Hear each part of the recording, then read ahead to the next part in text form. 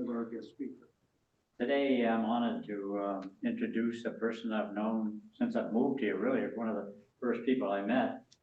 And he was with the police department, so and at that time, I was getting interested in seeing what we could do with people without homes in downtown. And one of the persons I was told I should meet with is Kevin Stitt of the police force. And Kevin and I started out well, even though we had diametrically opposed views with regard to people without homes. I wasn't quite to the place where everybody should have a home and it ought to be a right. And Kevin was, everybody without a home is going to get arrested. And in fact, he told me, as I talked to him about bringing on social workers, et cetera, possibly, and he said, you know, Dr. Fanning, what I've got to tell you that we are really good at what we do. And I fell for it and said, what do you do? And he said, well, we're very good at arresting people, and that's what we're going to do. And over the course of time, he and I have come very close to having the same point of view. He was instrumental in making sure the initiation of the hot teams got in place correctly with the Sarasota Police Department. He eventually retired from the Sarasota Police Department, and lo and behold, he became the city's director of outreach for homeless programs. And he has been a real advocate of persons in need, not just those that are homeless, but persons with mental health and other needs. He's been a very compassionate person, and now he is compassionate again, filling the seat and holding it, not letting it get cold. He's the interim director of the Suncoast Partnership to End Homelessness. And I understand that may be coming to an end within the next 6 months, hopefully, as there is papers are out for recruiting doing a national recruitment for a director of Suncoast Partnership. I don't think the partnership would do poorly by continuing to employ Kevin Stitt. So Kevin, please make us look proud. Well, thank you, Peter. It's not often that anybody introduces me and says they're honored to do so. But yes, I've been with the city, and I spent a lot of years with the city of Sarasota.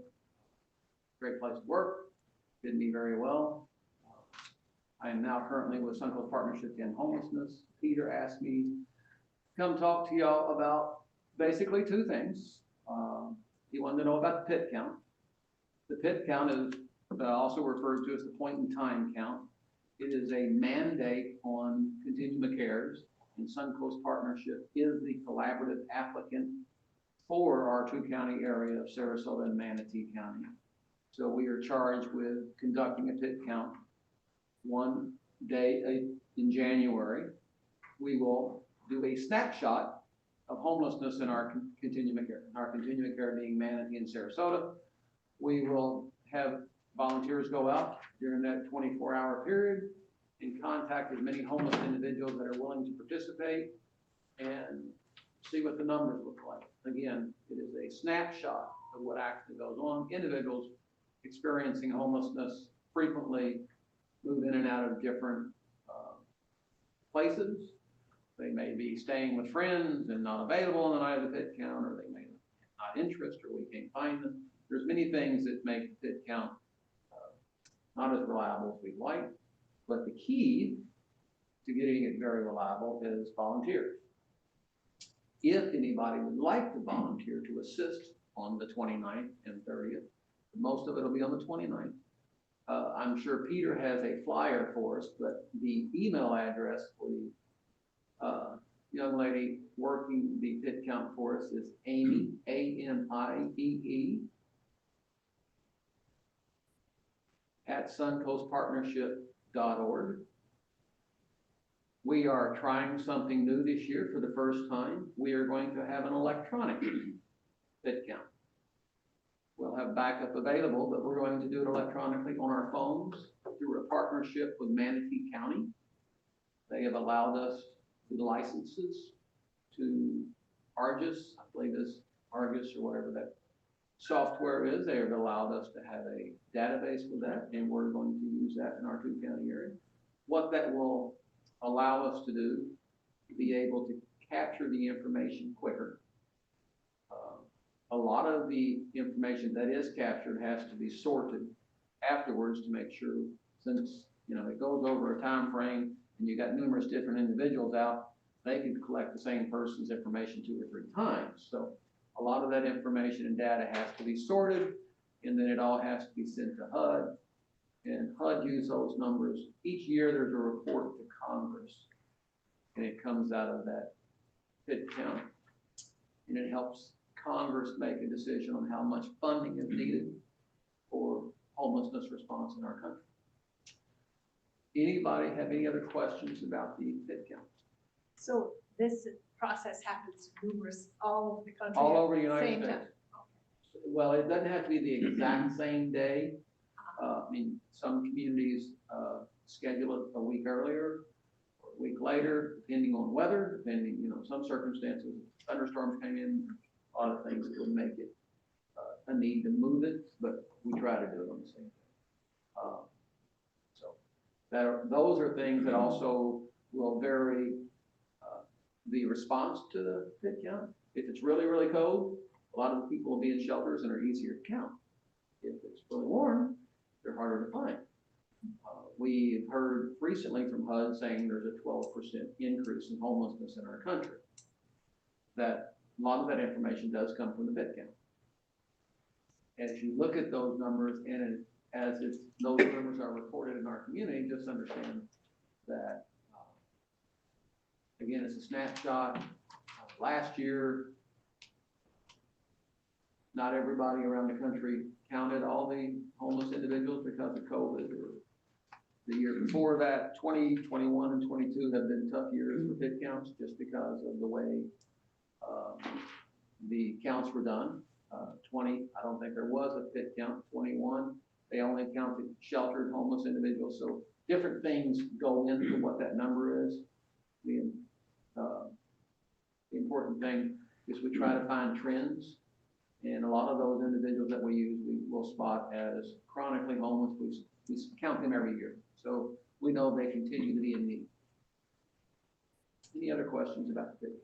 Beyond being a baseline, there's funding attached to that count as well. Yes. In your application. Can you talk a little bit about that? Well, I mean, each year, like I said, all of this goes into HUD, and HUD uses that to determine, you know, our need. But many things go into how the money is distributed. System performance measures. There was a fallacy years ago that we needed to get a number as high as we could so they would send us as much money as we could. Well, the other side of that, HUD started saying, well, we need to see your system performance measures, right?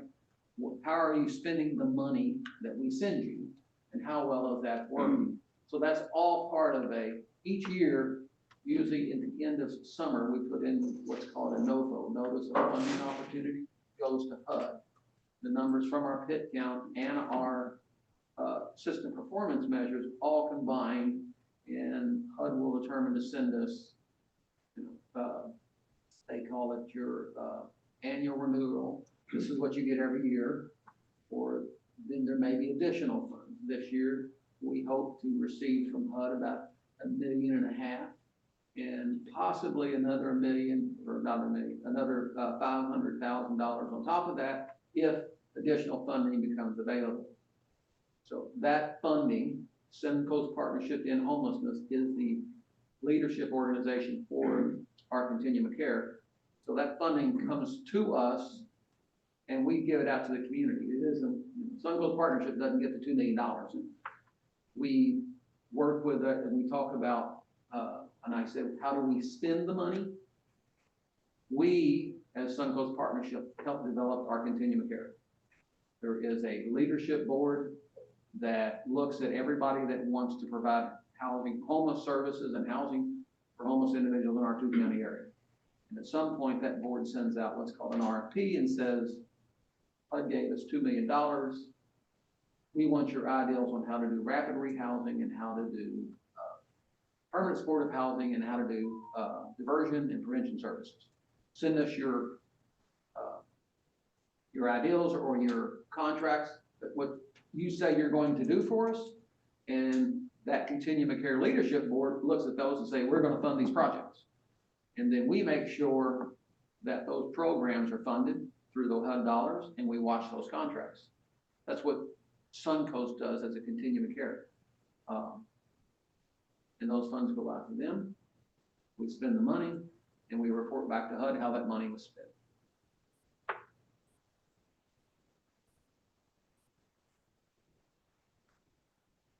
We have a question from Kathy Sellers. Is what are the hours that the point in time survey occurs?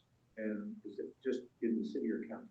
It's in our 2-county area, Sarasota and Manatee County. It starts at noon on the 29th and ends at noon on the 30th. It's Jen. January, yes, 29th.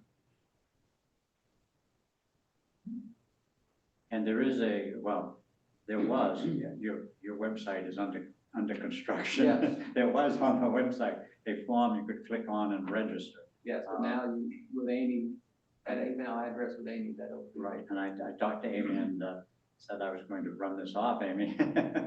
And so this address, Amy, at suncoastpartnership.org, if you send her an email, she will respond back to you on how you can register. And I know that a couple of board members have already registered to participate.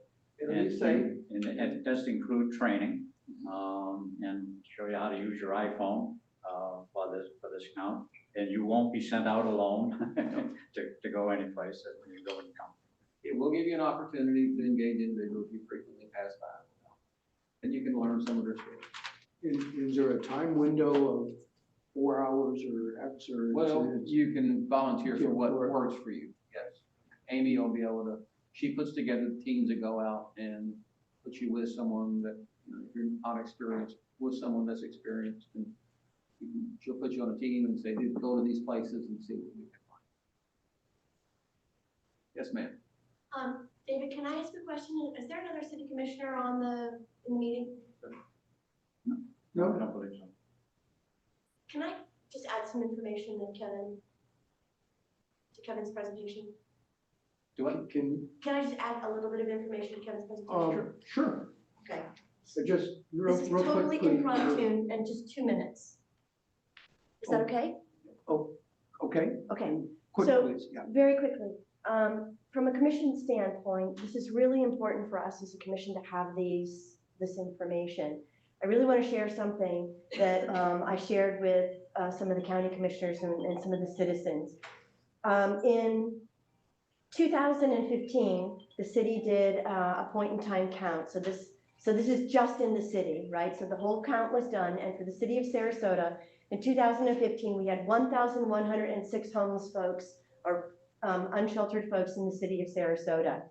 Then Susan Porchot did a study in 2017 and talked about how we can coordinate our services, which Kevin was instrumental in all of this work. And that's where we decided to have the coordinated entry system with the Suncoast Partnership to End Homelessness. All the organizations coordinated, worked together to help. We have our hot teams, we trained our police department. We are lauded throughout the country, our police department, in how we handle our homeless, our unsheltered folks. So we had 1,106 folks in 2015. You fast forward to 2021, we had 138 homeless folks in the city of Sarasota in 2021, which means we reduced our homeless population by 88% in 6 years. It's a model in the country, the way we're doing things. And this point in time count helps us establish and sort of measure where we are with us and where we are in the country. And if you want to translate that to dollars, it costs $31,065 in 2014 to keep somebody on the street. If you translate those dollars to today, it equals $40,000 a person to keep them on the street. And so what we are doing is we are trying to make best use of our dollars. If you only want to talk about dollars, that's a big piece of this, is that it is by far more cost effective to house people and put a roof over their head and give them dignity than it is to keep them on the street. And with Kevin, our police department, Suncoast Partnership, and all of the services that are working together and coordinating are doing a phenomenal job. And our police department, and Kevin can speak more about this, is getting accolades throughout the country for the way that we are handling this program. So this count is really important for the city. Is that count in the city only, or is it the two counties? It's the two counties. Two counties. But those numbers I gave were for the citizens of the city, because you can break it down to the homeless population and where they are. So those numbers I gave of 1,106 in 2014, and then fast forward to an 88% reduction, that's city. Kevin, is there anything, point more on the point in time? Were there any more questions? Well, I mean, that was the first part. I'd like to talk about the next topic, Okay. which is funding that we, Suncoast Partnership for the past several months has been in working with Sarasota County. They were talking about not funding our CSIS and our COC programs that we get funding from each year. CSIS is Community Services Information System, and COC is Continuum of Care. It's like I said, Suncoast Partnership to End Homelessness is not the COC. We are collaborative applicant. We are the backbone, basically. And the Continuum of Care is a leadership group, our commissioner group, that says, this is how you'll function in our two-county area. This is how our agenda works. This is what we're going to do to solve homelessness. And without that, everybody says the problem to homelessness is there's no sharing of information, right? Well, without a continuum of care, there's no sharing of information. I would say if you want to reduce homelessness in your community, you have to have things, certain things. The city of Sarasota is an example of what works. City Commission has been supporting the city's response to homelessness since 2014, okay, and it has reduced homelessness greatly. Okay, that support, of course, in dollars and in speech, has been part of the system we've set up. I say all the time, ending homelessness in your community is not finding everybody a home, okay, because the funding is not there, just the housing isn't there, and everybody doesn't want it at the same time. So the answer is a path to housing in your community for individuals that want to get on it. Not everybody wants to get on the path to ending homelessness at the same time. Me and Peter had that discussion years ago. Not all the individuals we contact, and I still believe not every individual contacted by a police officer or an outreach team is ready to go to housing. Well, I don't disagree with them. It is your right to live homeless. It is also a right of the city and every other individual to enjoy the city. For those that, as I told Peter, those individuals that say, okay, I'm going to remain homeless in your community, we don't say that's criminal, but if you want to break our laws in our community, we'll take action. But in that process, the city is also, and Sarasota City is the first city in the state of Florida that put together a community care court, which is for individuals that are homeless that get involved in illegal behavior, and then gives them another opportunity to get housing and reservices. But a continuum of care that they weren't going to fund is also required by HUD. I talk about that $2 million that comes to our community. If your community does not have a collaborative applicant, no one is to put in the NOFA. No money comes for your community. The $2 million does not include the millions of dollars that come from the state and the funding that comes from the counties and the funding that comes from the city and our community. So with the county discussing not funding that would have meant millions of dollars would not have come to our community to reduce homelessness. And then they weren't going to fund our community service information system. Community service information system, for a simple term, it's a database. And it is the backbone. If everybody in here was a homeless person, David walked into a service provider anywhere in our community, and sat down in a chair and said, I need services, the person talking to him, the outreach worker, would put their number in there, his name in there, and say, hey, David, I see you're working with Peter Fanning, a case manager at Manatee County. He needs to contact you. Or I see that you were previously housed, or I see you need medical attention, or I see you have family. All of that information is available, so we don't have to start all over with David in his homeless response.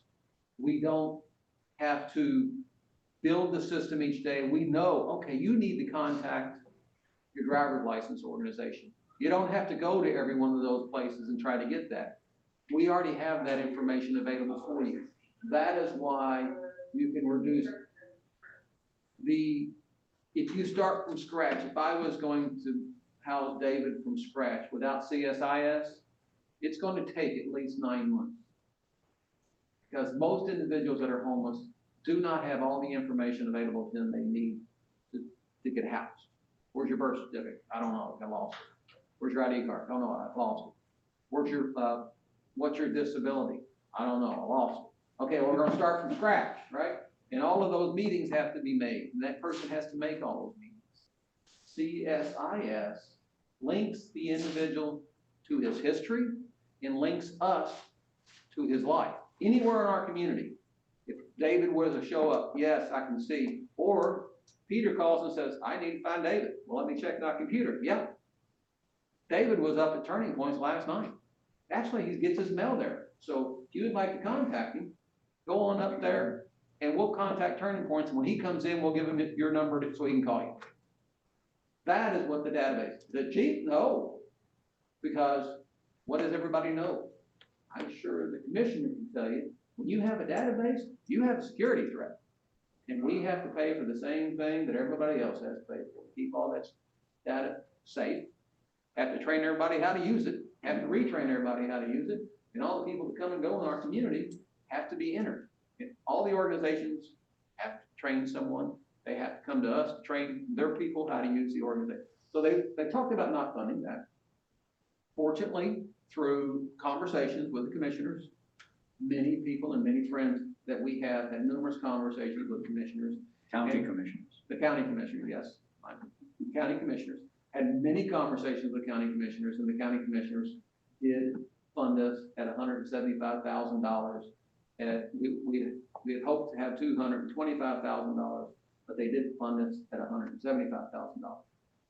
So what does that mean? Well, as Peter said earlier, I see your website's under construction. Well, our website is under construction. We're $50,000 website under construction problem. Those things happen when you don't get, everybody runs a business. The first thing that happens when we just now receive we don't even have the contract signed yet for the funding, but we're already into January. So our budget year started in October, so we're bouncing balls in the air, figure out what do we do till we get the money, right? So that we couldn't hire some employees that we recently hired to replace other employees that had left. So that's now happening. The nice thing that Sarasota County did do was they funded 2 diversion specialists for our organization. And one of the things that Susan Porchio's group did back in 2017, put together the things that are important to reduce the homeless in your community that Suncoast Partnership helps manage. You have outreach, diversion, prevention, shelter, rapid rehousing, and permanent supportive housing. The cheapest way not to have to pay $35,000 a year to rehouse them or put someone on the street, the cheapest way to do that is through prevention and diversion. Number 1, right? So the county did fund that, thank them. And I don't get me wrong, the county provided us the funding after much input from many friends. But the other important thing is it's that we as a community need to make sure, and Suncoast needs to make sure everybody understands how important Suncoast Partnership, the continuum of care, and CSIS is. That's the real, we have to make sure everybody understands how important it is to reducing homelessness in our community. That's great, Kevin, and that's a good presentation, and we all need to work harder at making sure we don't take Suncoast Partnership and the programs for granted. I think they're running so well sometimes that we forget that there is a great deal of effort going on behind the scenes to keep this under control and improve the system all along the road. And thank you for your leadership, and thank you for appearing before us today. And I just have one question.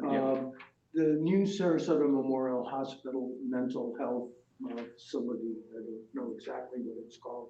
What's your take on what's your hope on how helpful that might be to your efforts?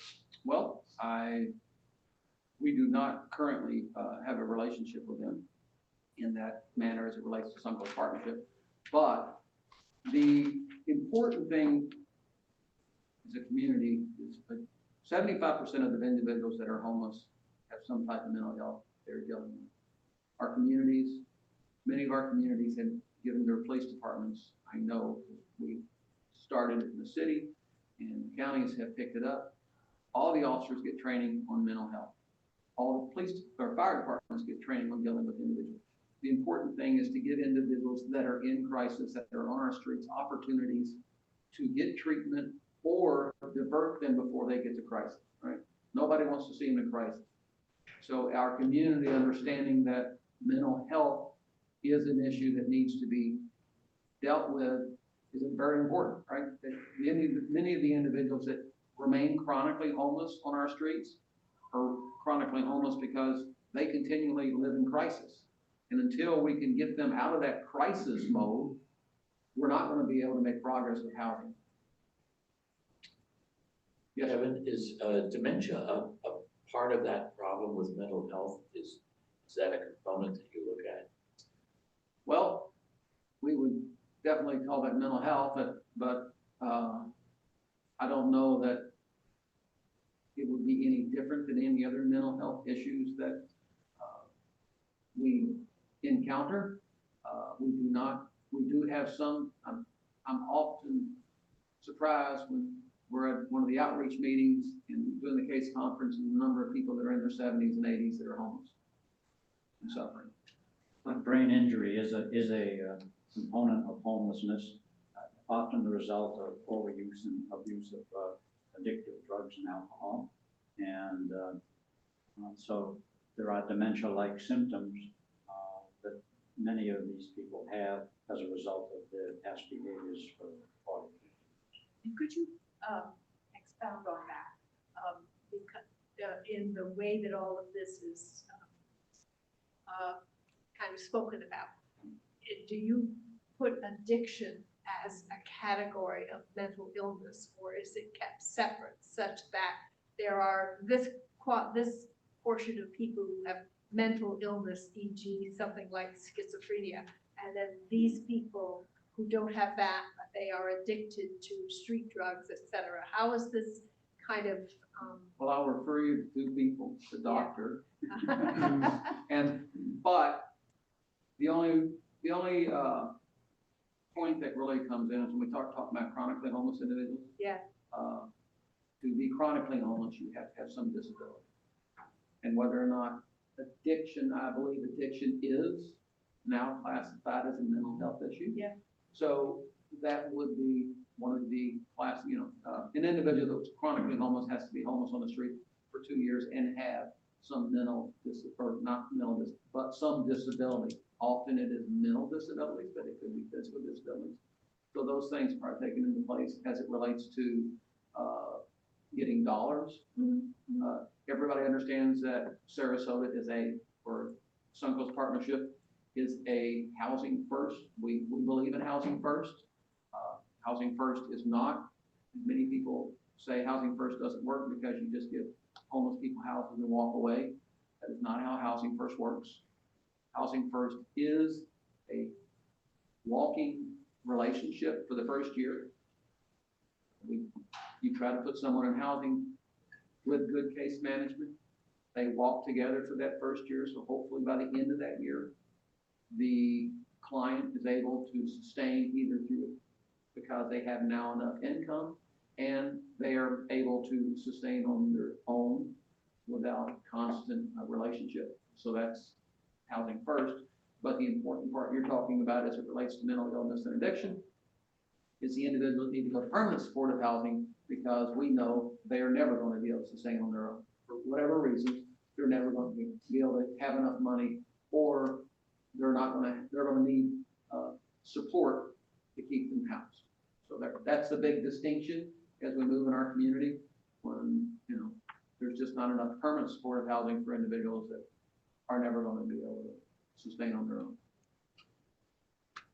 Thank you, sir. All right, well, the last thing is Peter talked about earlier, the CEO's position is posted. And we are looking for someone in the nationwide search that has the skills to take the organization for the next 3 to 5 years.